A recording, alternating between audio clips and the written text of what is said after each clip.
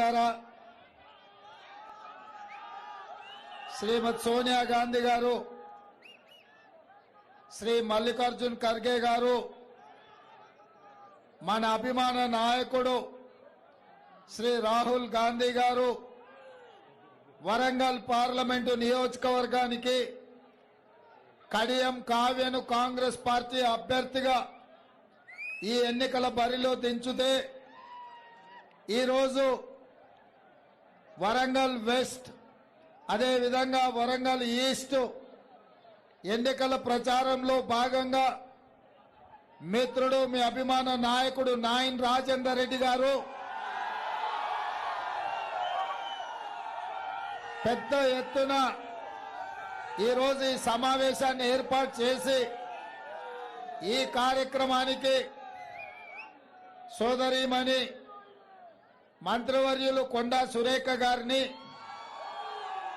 సోదరీమణిని మా అక్క సీతక్కను ఈరోజు ఈ కార్యక్రమానికి ఆహ్వానించి, అదేవిధంగా పెద్దలు మాజీ మంత్రివర్యులు శాసనసభ్యులు కడియం శ్రీహరి గారిని, నాగరాజ్ గారిని, గండ్ర సత్యనారాయణరావు గారిని, అన్న రేవూరు ప్రకాష్ రెడ్డి గారిని, వేం నరేందర్ రెడ్డి గారిని, ఎర్రబల్లి స్వర్ణ గారిని, ముఖ్యమైన నాయకులందరినీ ఆహ్వానిస్తూ వరంగల్ ఉమ్మడి జిల్లా అదేవిధంగా మా మైనారిటీ సోదరుడు చైర్మన్ కుసూర్ పాషా గారిని, దయా సాగర్ గారిని, అజ్మతుల్లా గారిని ఈరోజు ఈ కార్యక్రమానికి ఆహ్వానించడమే కాకుండా ప్రాణ సమానులైన వేలాది మంది కాంగ్రెస్ పార్టీ కార్యకర్తలు ఈరోజు ఇక్కడికి వచ్చి ఈ కార్యక్రమంలో పాల్గొని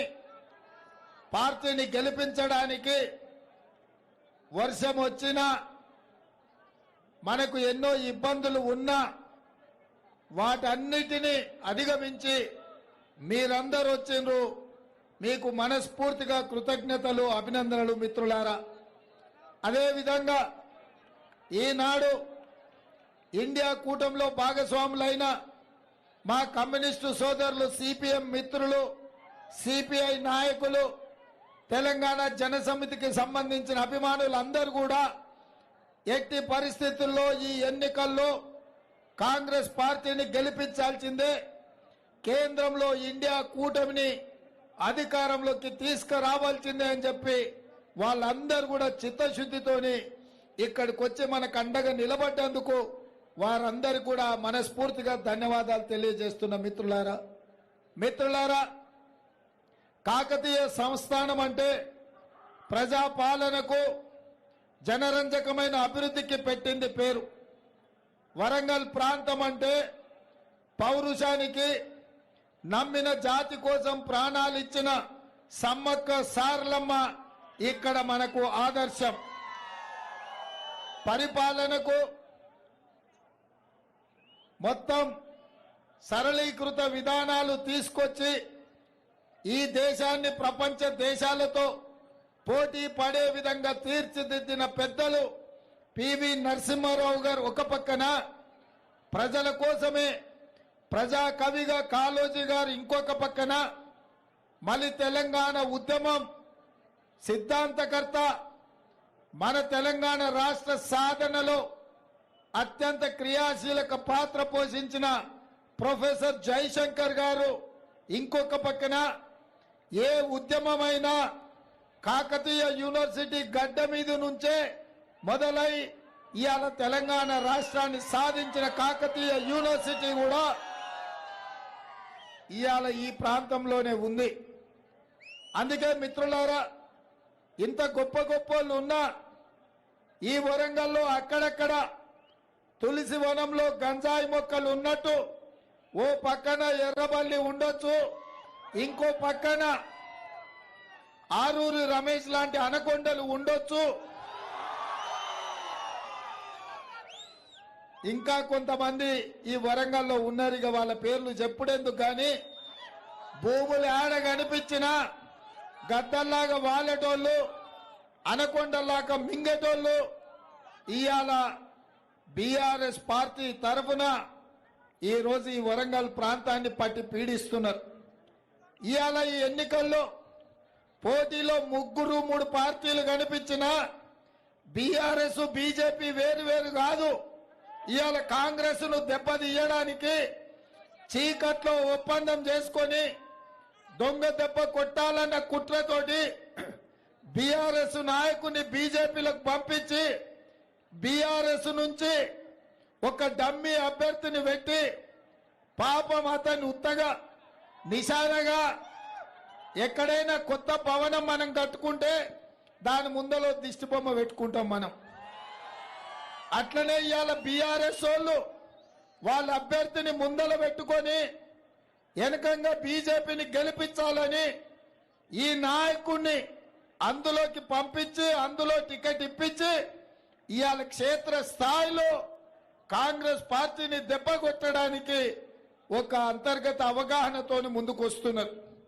ఇవాళ అందుకే ఈ వరంగల్ ప్రాంతంలో ఈ పార్లమెంటు నియోజకవర్గ పరిధిలో బీఆర్ఎస్ నాయకులు ఎవరైనా బయటికి వచ్చి ఎన్నికల ప్రచారం చేసి అభ్యర్థిని గెలిపించుకోవాలన్న ఆలోచన ఎవరైనా చేస్తున్నారా? మీరు ఒక్కసారి ఆలోచన చేయండి. ఇవాళ అందుకే బీఆర్ఎస్ క్షేత్రస్థాయిలో పనిచేసే కార్యకర్తలకు మండల స్థాయి నాయకులకు నేను విజ్ఞప్తి చేస్తున్నా. మీ కష్టాన్ని మిమ్మల్ని ఫనంగా పెట్టి మిమ్మల్ని వ్యాపార వస్తువుగా మార్చుకొని ఇవాళ ఆ పార్టీతోని ఒప్పందం చేసుకొని నగదులు పంచుకొని నగదు నారాయణ రాజకీయం ఇవాళ మీ పెద్ద నాయకులు చేస్తున్నారు.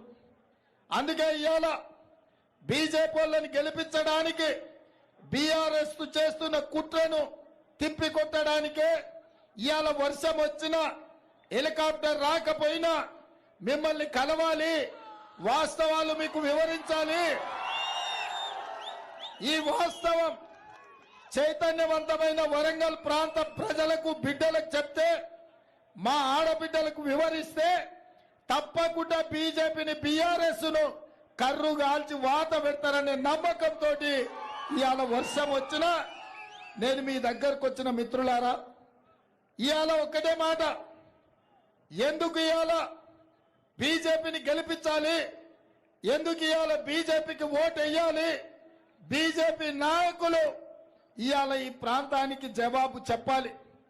నేను అడుగుతున్న బీజేపీ నాయకులను ఇవాళ నరేంద్ర మోడీ గారిని రేపు రాబోతున్నాడు అనుకుంటే మీ ప్రాంతానికి మీరు జవాబు చెప్పినాకనే వరంగల్ గడ్డ మీద కాలు పెట్టాలి. ప్రధానమంత్రి గారు 10 ఏళ్ల కింద రాష్ట్ర పునర్విభజన చట్టం 2014లో బయ్యారం ఉక్కు కర్మాగారం ఖమ్మం జిల్లాకి ఇచ్చిండ్రు.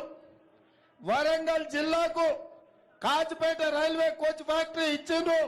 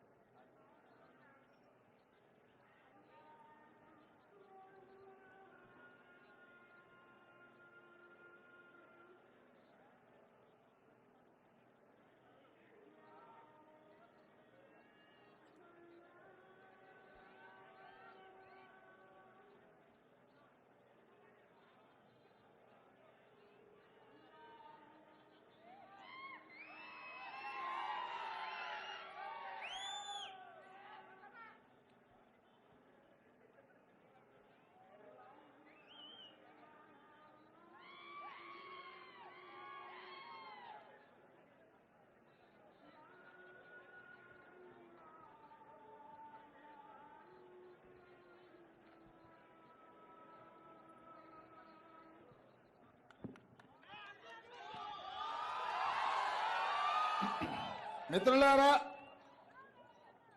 ఆనాడు మన్మోహన్ సింగ్ గారు ప్రధానమంత్రిగా ఉన్నప్పుడు సోనియా గాంధీ గారు యూపీఏ చైర్పర్సన్ గా తెలంగాణ రాష్ట్రాన్ని ఇవ్వడమే కాదు, తెలంగాణ రాష్ట్రాన్ని అభివృద్ధి చేయడానికి అవసరమైన పరిశ్రమలు ఇవ్వాలి అని పునర్విభజన చట్టంలో ఖమ్మం జిల్లాకు బయ్యారం ఉక్కు కర్మాగారం ఇచ్చింది, కాజిపేటకు రైల్వే కోచ్ ఫ్యాక్టరీ ఇచ్చింది, రంగారెడ్డి జిల్లాకు ఐటీఐఆర్ కారిడార్ ఇచ్చిండ్రు, ఈ ప్రాంతానికి గిరిజన యూనివర్సిటీ ఇచ్చిండ్రు, మెదక్కు ఐఐఎం ఇచ్చిండ్రు, నల్గొండకు ఐఐటి ఇచ్చిండ్రు.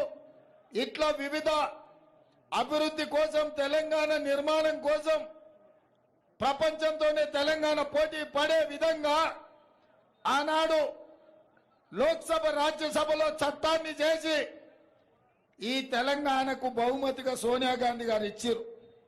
నేను ఇవాళ అడుగుతున్నా, రేపు రాబోయే ప్రధానమంత్రి నరేంద్ర మోడీ గారిని మాకు బయ్యారం ఉక్కు కర్మాగారం ఇయ్యలే, మా కాచిపేట రైల్వే కోచ్ ఫ్యాక్టరీని లాతూర్కు తరలించకపోయిండ్రు, ఐటీఐఆర్ కారిడార్ ను రద్దు చేసిండ్రు, గిరిజన యూనివర్సిటీని 10 ఏళ్లు ఆలస్యం చేసి నిన్నగాక మొన్న మొదలు పెడుతున్నామంటారు. ఐఐటి ఐఎం ఏది ఇయ్యలే. చివరికి మా వరంగల్ స్మార్ట్ సిటీ విషయంలో గాని, అండర్ గ్రౌండ్ డ్రైనేజ్ విషయంలో గాని కేంద్ర ప్రభుత్వం నిర్లక్ష్యం వహించింది. మా రామప్ప టెంపుల్ యునెస్కోలో చేరితే మీరు మాకు ఇచ్చిన నిధులన్నీ మా 1000 స్తంభాల గుడికి మీరు ఇచ్చిన గుర్తింపు ఏందని నేను అడుగుతున్నా. ఇవాళ ఏమి ఇవ్వకుండా మా వరంగల్కి అన్యాయం చేసి మా చైతన్యవంతమైన వరంగల్లో ఇవాళ ఎడ్డిదో గుడ్డిదో అనుకొని ఈ ఎన్నికల్లో వచ్చి గాడిద గుడ్డి ఇచ్చినా అని చెప్పి ఓట్లు అడుగుతావా అని నేను అడుగుతున్నా. నరేంద్ర మోడీ గారు, నీకు రాష్ట్రం అంటే, నీకు దేశం అంటే గుజరాతేనా? గుజరాత్ కే బుల్లెట్ ట్రైన్ ఇస్తావు, గుజరాత్ కే సబర్మతి రివర్ ఫ్రంట్ ఇస్తావు, గుజరాత్ గిఫ్ట్ సిటీ కట్టుకుంటావు, తెలంగాణకు వచ్చిన పరిశ్రమలన్నిటినీ గుజరాత్ కే తరలించకపోతావు. ఇక్కడిచ్చిన పరిశ్రమలు ఏవి కూడా ఇక్కడ కొసెల్లలేదు. మా వరంగల్ ఔటర్ రింగ్ రోడ్ ఎందుకు పూర్తి చేయలే? మా వరంగల్ ఎయిర్పోర్టును ఈ రోజు నిరుపయోగంగా మార్చి మా వరంగల్ గొప్ప నగరంగా ఎదగాల్సిన మా వరంగల్ ను కాకతీయులు ఉన్నాడు, కాకతీయ సామ్రాజ్యానికే రాజధాని ఉన్న వరంగల్ ను ఇవాళ దిక్కులేని అనాథ నగరంగా తయారు చేసినావు కదా. ప్రధానమంత్రిగా 10 ఏళ్లు ఎందుకు మా వరంగల్కి ఏమి ఇయ్యలే? చివరికి మా రైల్వే జంక్షన్ ని కూడా ఇవాళ రద్దు చేసే పరిస్థితి వచ్చింది. దక్షిణ భారతదేశంలోనే అతిపెద్ద జంక్షన్ అయిన వరంగల్ కాజిపేట రైల్వే జంక్షన్ ని కూడా ఇవాళ రద్దు చేసే పరిస్థితి బీజేపీ తీసుకొచ్చింది. మరి మాకు అన్యాయం చేసి, మా ప్రాంతానికి నిర్లక్ష్యం చేసి, మాకు నిధులు ఇవ్వకపోను ఇవాళ ఏం మొహం పెట్టుకొని ఇవాళ బీజేపీ వాళ్ళు ఓట్లు అడగనికి వస్తురని నేను అడుగుతున్నా. అందుకే మిత్రులారా, 10 ఏళ్లు ఆయన ఇయ్యలేదు, 10 ఏళ్లు ఈయన అడగలేదు. ఇవాళ కేసీఆర్ గారు బయలుదేరి బస్ వేసుకొని బయలుదేరి చెప్తుండు దిగిపోవాల్సిందే కాంగ్రెస్ పార్టీ అని. నేను అడుగుతున్న చంద్రశేఖర్ రావును, 10 ఏళ్లు నువ్వు అధికారంలో ఉండి సర్వనాశనం చేసి తెలంగాణను విధ్వంసం చేస్తే, మొన్న జరిగిన డిసెంబర్ ఎన్నికల్లో బండకేసి కొట్టి బోర్ల పడేసి బొక్కలు ఇరగొట్టిరు తెలంగాణ ప్రజలు నిన్ను. అయినా నీ బుద్ధి మారలేదు, నీ వంకర ఆలోచనల మార్పు రాలే. నిన్న మొన్న అలా కొడుకు అంటుండు కారు ఖరాబ్ అయింది, కార్ఖానకు పోయింది, మళ్ళీ వస్తుందని. వస్తుందా నాయన? వస్తుందా? వస్తుందా? వస్తుందా? కేటీఆర్, నువ్వు ఏం చేసినా, తల కిందికి కాలు మీదికి పెట్టి తపస్సు చేసినా ఖరాబై కార్ఖానకు పోవుడు కాదు. అనం చెడి కార్ఖానకు పోయింది, అక్కడి నుంచి అక్కడనే జుమెరాత్ బజార్లో తూకానికి అమ్మాల్సిందే నీ కారును. నీకు తెలియదేమో కానీ మీ నాయనకు తెలుసు. అందుకే మీ నాయన బస్సు వేసుకొని బయలుదేరింది, ఇంకా కారు రాదని. చూసిన బస్సులన్నీ వచ్చామన్న మంచి మాటలు చెప్తాడేమో, బుద్ధి తెచ్చుకుంటాడేమో, ప్రజలకు ఇన్ని రోజులు అన్యాయం చేసినా అని ప్రజల కడుపులో తలకాయ పెట్టి తెలంగాణ రైతుల కాళ్ళు పట్టుకొని క్షమించమని అడిగి 10 ఏళ్ళు నేను దోచుకున్నా, దుర్మార్గం చేసిన, ఇప్పుడైనా నేను మారుతా, నాకు అవకాశం ఇవ్వండి అని అడుగుతారేమో అనుకున్నా. ఆ మాటనే మాట్లాడతలేడు. ఎంతసేపు ఉన్నా రేవంత్ రెడ్డి దిగాల్సిందే, కాంగ్రెస్ వడిపోవాల్సిందే అని నేను అడగదలుచుకున్న కేసీఆర్ను.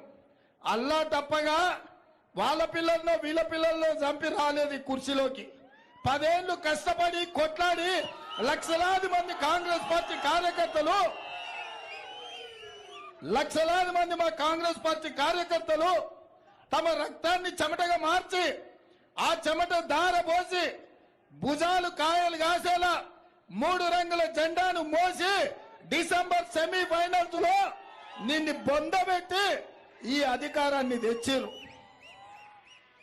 దిగమంటే దిగనికే ఈడెవడు అల్లా తప్పగాడు లేడు. కేసీఆర్ నువ్వు అనుకుంటున్నావేమో ఏదో పిల్లగాడే కదా చూద్దామని. చూడోసారి వరంగల్ మిర్చి తెలుసు కదా ఎట్లుంటుందో, అప్పుడు కానీ అర్థం కాదు. ఓసారి చూడు, చూస్తే తెలుస్తుంది నీకేందో కథ. ఆయన బస్సు యాత్ర మొత్తం చూసిన, మామనగర్ పోయిండు, నాగర్ కర్నూలు పోయిండు, మిర్యాలగూడ పోయిండు, భువనగిరి పోయిండు, ఇంకా సూర్యాపేట పోయిండు. ఆయన వ్యవహారం చూస్తే వెనకడికి ఎవడో తిక్కలోడు తిరునాళ్ళకు పోతేనంట వానికి ఎక్కనిక్క దిగనిక్కనే సరిపోయిందంట, చూసింది ఏంది లేదంట. చంద్రశేఖరరావు కూడా ఇవాళ ఎవరిని మభ్యపెట్టడానికి బస్సు వేసుకొని బయలుదేరినవయా? 10 ఏళ్ళు నువ్వే కదా ఉన్నది, నీ దుర్మార్గానికే కదా తెలంగాణ బలైపోయింది, నీ అన్యాయంతోనే కదా 2 లక్షల ఖాళీలు ప్రభుత్వంలో పడావు పడ్డాయి.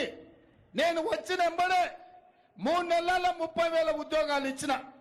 ఎవడన్నా తలమాచినోడు యాడిచ్చినాం అంటాడేమో అని ఎల్బీ స్టేడియంకు 30,000 మంది నిరుద్యోగులనే కాదు వాళ్ళ తల్లిదండ్రులను పిలిచి వాళ్ళ కళ్ళల్లో ఆనందం చూసి వాళ్ళకు నియామక పత్రాలు నేనే స్వయంగా చేతికిచ్చిన.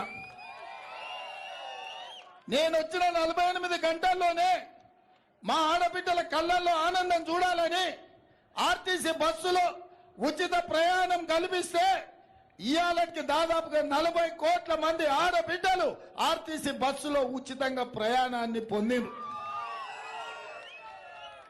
అదే విధంగా 40 లక్షల కుటుంబాలకు 500 రూపాయలకే ఇవాళ సిలిండర్ వాళ్ళ ఇంటికి చేరుస్తున్నాం. దాదాపుగా 50 లక్షల కుటుంబాలకు, పేదవాళ్లకు, తెల్ల రేషన్ కార్డు ఉన్నోళ్లకు 200 యూనిట్లు ఇవాళ ఉచితంగా కరెంట్ ఇస్తున్నాం. 4.5 లక్షల ఇందిరమ్మ ఇండ్లు 22,500 కోట్లతోటి ప్రతి నియోజకవర్గానికి 3,500 మంది పేదలకు 5 లక్షల రూపాయల చొప్పున ఉచితంగా ఇవ్వాలి అని ఇవాళ మా ప్రభుత్వం మంజూరు చేసింది. రాజీవ్ ఆరోగ్యశ్రీతోని 10 లక్షల రూపాయలు ఉచిత వైద్యానికి అందిస్తున్నాం. అత్యంత ముఖ్యమైన బీసీ జనాభా, రాష్ట్రంలో ఉన్న బీసీల జనాభాను మొత్తం లెక్క కట్టి కులాల వారిగా లెక్క తీసి వాళ్ళ దామాష ప్రకారం రిజర్వేషన్లు పెంచాలి, వాళ్లకు నిధులు ఇవ్వాలని నిర్ణయం చేసినాం. 100 రోజుల్లో ఇన్ని పనులు చేసిన నన్ను దిగిపోమంటున్నావు. మరి 10 ఏళ్ళు ఢిల్లీలో గద్దె మీద ఉన్న మోడీ గురించి మాట్లాడినవా ఎప్పుడన్నా? నువ్వు అడగకపోవడం వల్లనే కదా, నువ్వు అమ్ముడు పోవడం వల్లనే కదా, నువ్వు మోడీ కాళ్ళ దగ్గర తెలంగాణ తాకట్టు పెట్టినందుకే కదా వరంగల్కు రైల్వే కోచ్ ఫ్యాక్టరీ రాలే, ఖమ్మంకు ఉక్కు కర్మాగారం రాలే, ఐటీఐఆర్ కారిడార్ రాలే. 10 ఏళ్ళు ఉన్న మోడేమో 400 సీట్లు గెలవాలనంట. 100 రోజుల్లో ఇన్ని పనులు చేసిన కాంగ్రెస్ పార్టీ ఏమో గద్దె దిగాలనట. ఇదేనా నీ నీతి, నీ జాతి కేసీఆర్ అని నేను అడుగుతున్నా.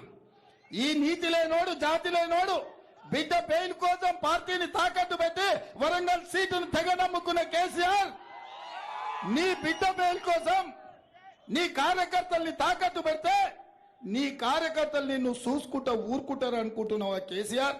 నీ సంగతి నీ కార్యకర్తలు కూడా తెలుస్తారు. మా వాళ్ళకి నీ రంగు తెలుసు, నీ రుచి తెలుసు, నీ వాసన తెలుసు. అందుకే మా వాళ్ళు డిసెంబర్లో నిన్ను బండకేసి కొట్టిరు.